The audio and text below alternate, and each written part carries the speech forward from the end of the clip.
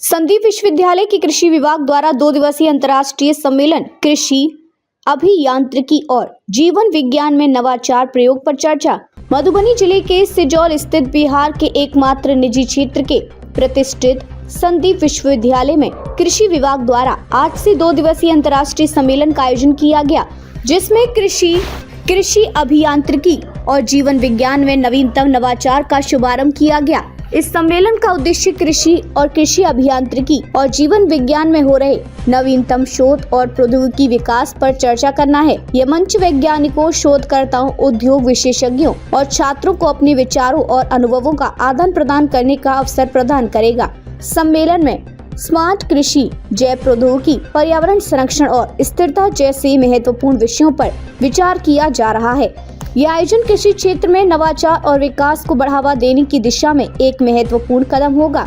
अंतर्राष्ट्रीय सम्मेलन का मुख्य विषय शामिल जलवायु मॉडलिंग, चुनौतियों का समाधान और शमन, उपायों में सुधार, कृषि, पशु चिकित्सा, वानिकी और संबंध विज्ञान में नवोन्मेषी रणनीतियां, सतत विकास के लिए सतत संसाधन प्रबंधन, खाद्य और पर्यावरण सुरक्षा के लिए जीवन विज्ञान में प्रगति, पौधों के शरीर क्रिया विज्ञान और जैव प्रौद्योगिकी नवाचारों का समन्वय, बहुविषयक शोध में नवाचार और अंतर्दृष्टता है। अंतर्राष्ट्रीय सम्मेलन के रूप में मुख्य अतिथि के रूप में संदीप फाउंडेशन के chairman doctor Sandeep N Jha शामिल हुए। उन्होंने अपने वक्तव्य में कृषि में नई तकनीकों के प्रयोग तथा नकदी फसलों पर प्रकाश डाला और भारतीय कृषि की उपलब्धता एवं कृषि में होने वाली समस्याओं एवं उनके निदान के बारे में बताया। संदीप यूनिवर्सिटी के कुलपति डॉक्टर समीर कुमार वर्मा ने अंतर्राष्ट्रीय सम्मेलन को संबोधित किया।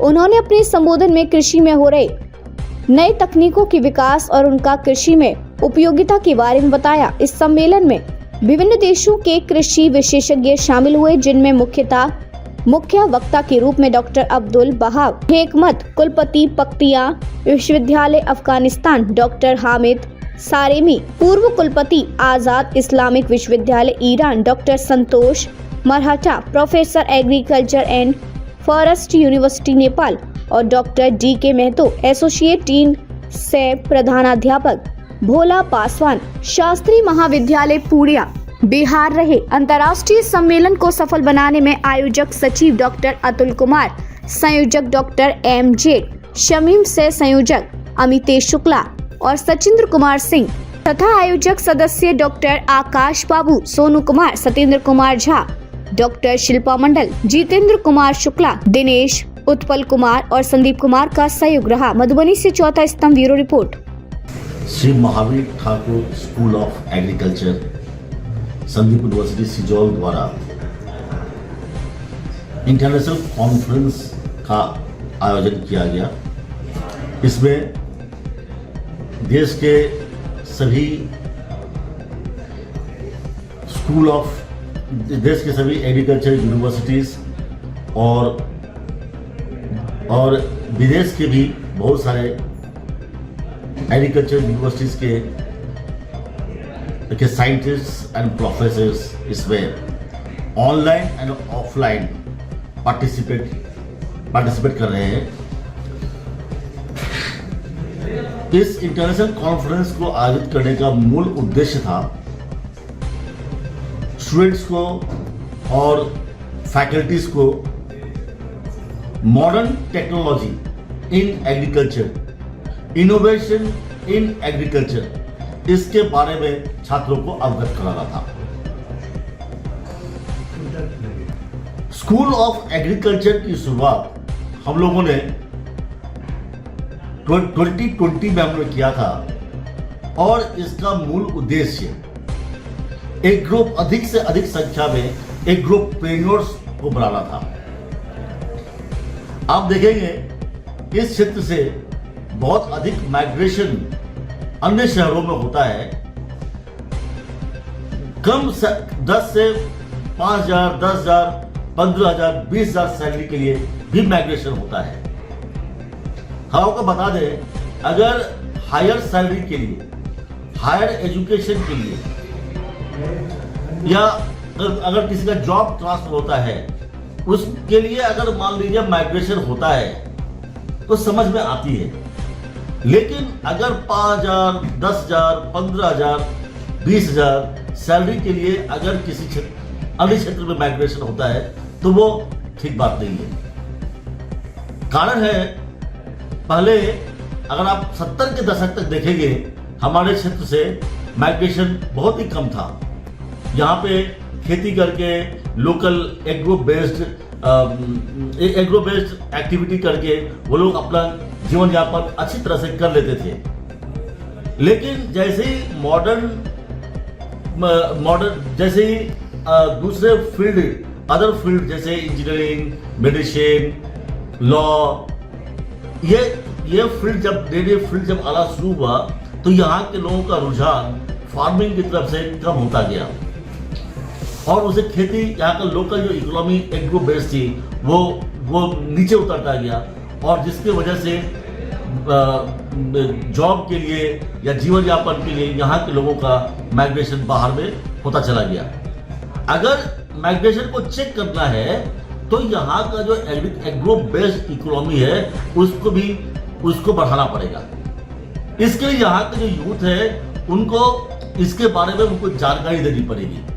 हम लोग Shri Mahavir Thakur school of agriculture के माध्यम से हम लोग यहाँ के लोगों को, यहाँ के यूथ को एग्रीकल्चर की जो मॉडर्न टेक्नोलॉजी है उसके बारे में हम लोग अवगत कराते हैं। मूल उद्देश्य हमारा है यहाँ पर to develop, to groom future agropreneur, जिससे कि भविष्य में यहाँ का इकोनॉमी, एग्रो बेस्ड इकोनॉमी और भी इम्प्रूव होगा। यहाँ पे हमारा जो अनुभव है, यहाँ पे देखा गया है जो अधिकतर किसान धान और गेहूं की खेती करते हैं।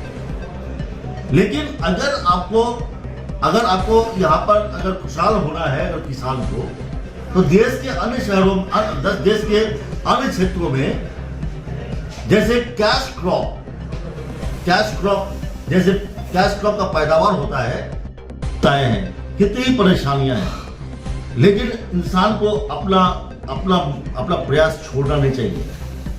कहते हैं जीवन वो नहीं है जो आपको मिलती है, जीवन वो है जो आप उसे बनाते हैं। तो इसके लिए भले ही कितनी विषमता है, कितनी भी एडवर्सिटी है, हम सब लोगों को मेहनत करें और यहाँ पे एग्रो बेस्ड इकोनॉमी को कैसे प्रमोट किया जाए उसके बारे में प्रयास करें। और Shri Mahavir Thakur school of agriculture द्वारा आयोजित जो इंटरनेशनल कॉन्फ्रेंस है, इसका मूल मकसद था यहाँ के लोगों को मॉडर्न टेक्नोलॉजी के बारे में बताना, यहाँ जो एग्रीकल्चर में जो इनोवेशन हो रहा है उससे अवगत कराना।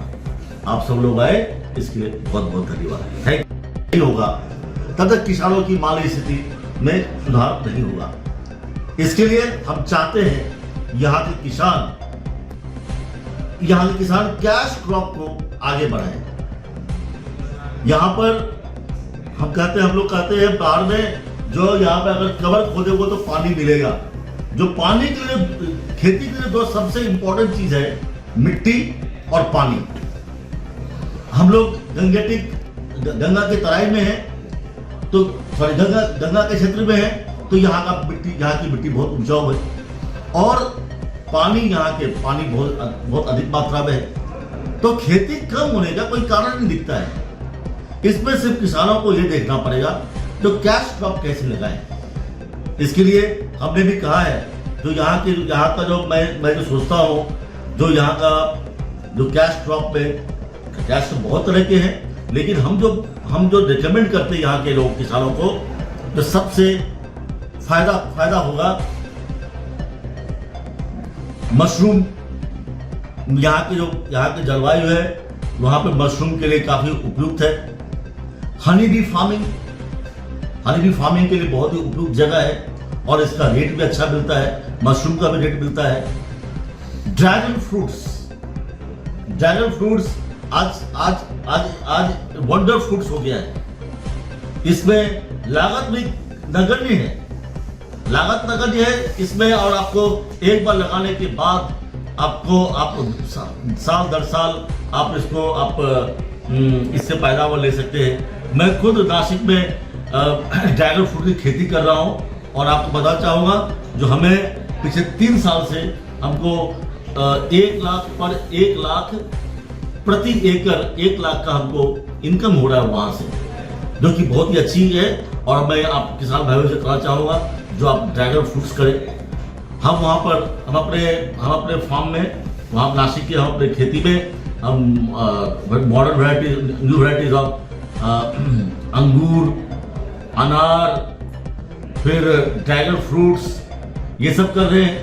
हमने अभी रिसेंटली क्रैप फार्मिंग स्टार्ट किया है और हम चाहते हैं जो ये यहाँ के किसान भी क्रैप फार्मिंग करें। जैसे हम लोग छोटे जमीन में हम लोग धान और गेहूं उगाते हैं, तो हम उसी में हम लोग मछली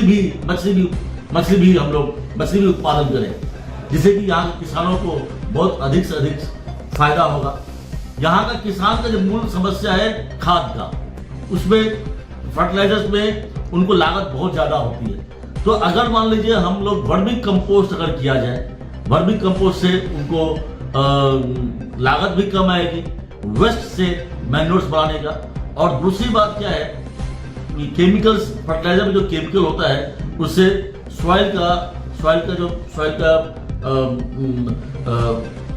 कम, उसकी पैदावार दिन ब दिन कम होती जा रही है।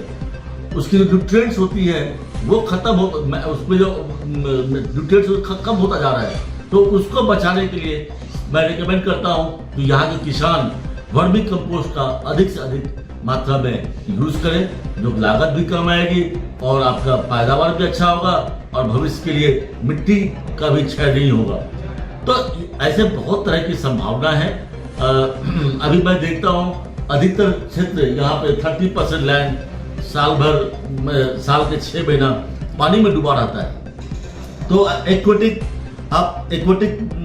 जैसे मखाना यहाँ पे बहुत अच्छा होता है। Makhana is a wonderful right now. Makhana की खेती कर सकते हैं किसान यहाँ पे सिंघार देखा है, बहुत अच्छा फूड है वो, सिंघार की खेती कर सकते हैं। ऐसी तमाम तरह की चीजें हैं जो यहाँ की जो जलवायु, यहाँ के मिट्टी में जो उपयुक्त है, ऐसी बहुत तरह की चीजें हैं जो यहाँ पे हो सकता है। लेकिन मुश्किल है, यहाँ पे एक परेशानी है, तो यहाँ पे मिट्टी, यहाँ पे जमीन बहुत छोटे एरिया का है, जिसमें आप मॉडर्न टेक्नोलॉजी को यूज करना मुश्किल है। तो हम किसानों से करना चाहेंगे, यहाँ के लोगों से करना चाहेंगे, जो कोऑपरेटिव फार्मिंग के तहत कोऑपरेटिव फार्मिंग को बढ़ावा दिया जाए, जिससे आप मॉडर्न टेक्नोलॉजी को आप यूज कर पाएंगे, जो यहाँ के इकोनॉमी के लिए, यहाँ की अर्थव्यवस्था के लिए बहुत ही उपयुक्त होगा।